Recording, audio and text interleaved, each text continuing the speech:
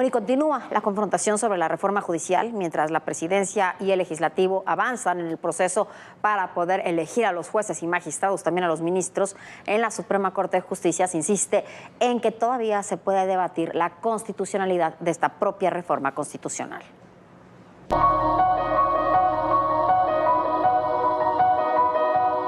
Caso concreto se refiere usted de todas formas que ya fue aprobada, en función de que ya fue aprobada la reforma y se encuentra en vigor. Es el mismo caso concreto. Exacto. Ya, o sea, estaba entendiendo yo que el caso concreto de la solicitud planteado por los quejosos, pero si lo refiere usted así, no tenemos ninguna. Es el debate en la Suprema Corte de Justicia por la reforma al Poder Judicial.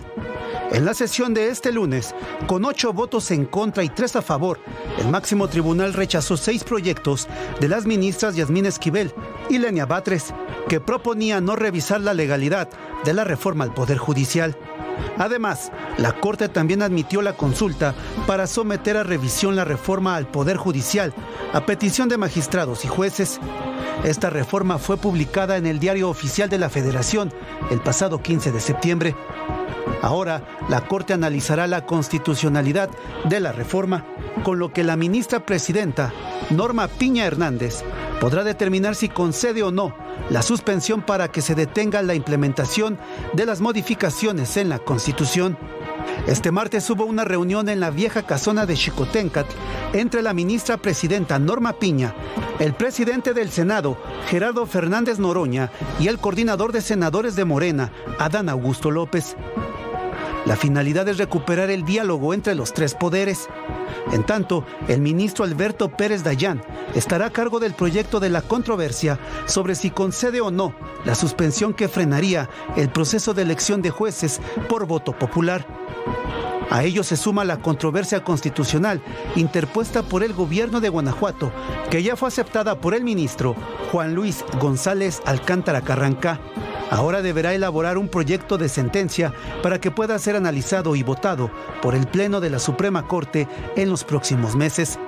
Para que el proyecto sea aprobado, se requiere de una mayoría calificada de 8 votos a favor, pues se trata de una controversia constitucional tradicional. Sin embargo, si la Corte llega a declarar que puede pronunciarse sobre una reforma constitucional, esta solo tendría efectos para Guanajuato. Y mientras, en la Suprema Corte de Justicia están los debates. En la Cámara de Diputados, Morena y sus aliados ya piensan en reformar. Es que eso lo vamos a resolver pronto. Con una reforma a la Constitución aclarando eso se va a hacer. Estamos viéndolo en un grupo de trabajo. Diputado. Porque todo este tipo de cosas que surgen de la aplicación de este mecanismo nuevo se están resolviendo. No. Legislaron con prisas y el resultado son errores que ni diputados ni senadores, y mucho menos en los congresos estatales, se percataron. Las contradicciones son entre los artículos 94 y 97 de la Constitución. El 94 dice que la presidencia de la Suprema Corte se renovará cada 2 años y la encabezará quien obtenga más votos en la elección de ministros, mientras que el 97 señala que la presidencia de la Corte se renovará cada 4 años y a su presidente lo eligen los ministros. Algunos advierten a estas alturas que será imposible reformar lo reformado. Está mal hecha, tan mal hecha está que se les olvidó pues armonizar 2 artículos de la Constitución. Pero Morena se aferra a su reforma. Por lo pronto, las comisiones de Gobernación y Estudios Legislativos del Senado aprobaron las reformas contenidas en las leyes secundarias de la reforma al Poder Judicial, enviadas por la Presidencia de la República. El dictamen pasó al Pleno para su discusión en la sesión de este miércoles. Bueno, uno se pregunta cómo pueden haber enviado las leyes secundarias si tienen una contradicción tan grande entre el artículo 94 y 97 de la Constitución. Pero además hay una enorme cantidad de contradicciones. Como se dijo, como se decía en el reportaje, la reforma judicial fue hecha con prisas, mal hecha, con errores, con temas que no se van a poder implementar. Ahora se presenta un calendario que va a ser muy difícil de implementar también.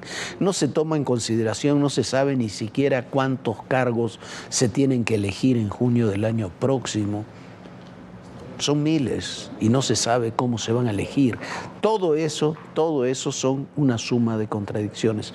Uno podrá decir estoy a favor, estoy en contra de la reforma, pero ¿no sería mucho más sensato que quienes saben de estos temas, en el oficialismo, en la oposición, en la Corte, en el gobierno, se sentaran para hacer la verdadera reforma judicial que el país necesita? Por supuesto que necesitamos, y necesitamos una reforma judicial de fondo, profunda, pero esta, así como está planteada, no sirve, va a ser un fracaso. Sobre advertencia no hay engaño y cada día que pasa se le descubren más hilos sueltos a la reforma. Que sobre todo, Jorge, lo que parece, lo que nos están dando a entender con tanta controversia es que esta reforma no es una reforma para apoyar realmente a que tengamos un sistema de justicia más justo en México, que tanta falta hace, como bien dice Jorge.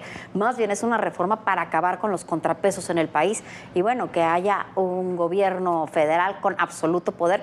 ¿Por qué? Porque sin duda los jueces que sean elegidos los van a palomear desde el legislativo, desde el poder ejecutivo y, bueno, serán ellos quienes entreguen la terna que usted tendrá que votar. Además de todo, cómo se van a dar a conocer, cómo se va a saber cuál es el trabajo de los jueces, de los magistrados, de los ministros. La gente que está ahí en ese poder judicial es gente que la gran mayoría que ha trabajado desde abajo, desde sacar copias, estar de secretarios de acuerdos, ir subiendo y cada escalafón poco a poco y, bueno, para estar bien preparados. Así que, bueno, y muchos temas importantísimos para la vida de los mexicanos se tienen que resolver ahí, desde la custodia de un hijo, una pensión, quién se queda con una empresa o no en una herencia. Son tantos los temas que afectan directamente a la sociedad mexicana que no tendríamos que estarnos tomando tan a la ligera esta reforma judicial.